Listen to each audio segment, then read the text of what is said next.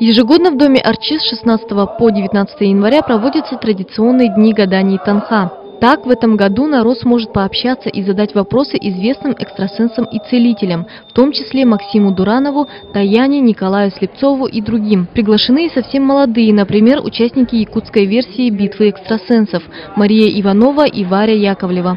Дни Танха начались традиционно с обряда очищения и благословения. В этом году обряд в честь Танха-хана провел известный алгыщит Афанасий Федоров.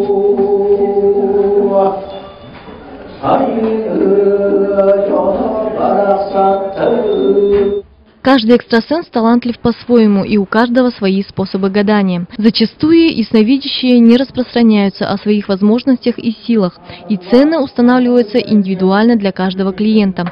Сумма не превышает 1000 рублей. В данный момент очень возросло стремление якутов узнать свою родную культуру. Народ хочет верить в свои силы, поэтому в дни Танха люди приходят, чтобы стать ближе к истокам и получить ответы на свои вопросы.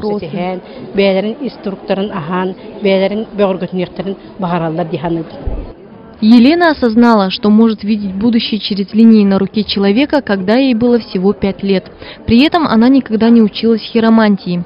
По ее словам, место расположения дома Арчи не случайно. Здесь человек лучше раскрывается и предсказывает будущее. Приходит человек, я вот вижу, что этот человек, например, должен, предположим, да, что он должен попасть там в аварию, стать инвалидом или, не дай бог, там что еще что-то случится, да. Наверное, почему дано, когда мы это видим, мы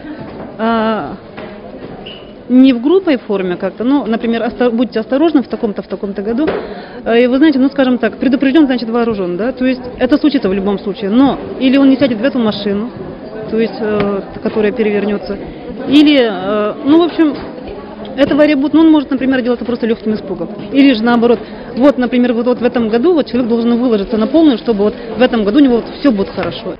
Многие даже в наше рациональное материалистическое время верят, что именно в эти дни происходят такие чудеса, как исполнение загаданных желаний и получение ответов на самые неразрешимые вопросы. Ирина Николаевна каждый год посещает дни Танха и все, что связано со святками. Была у многих ясновидящих и уверяет, что предсказания якутских экстрасенсов действительно сбываются. Вот сколько-то лет назад у меня дочь была безработная в Белгороде, полгода. И я в святки пришла вот в это время, и она сказала, в январе дочь найдет работу. Я говорю, не может такого быть. Полгода не находила, как она за 10 оставшихся дней найдет.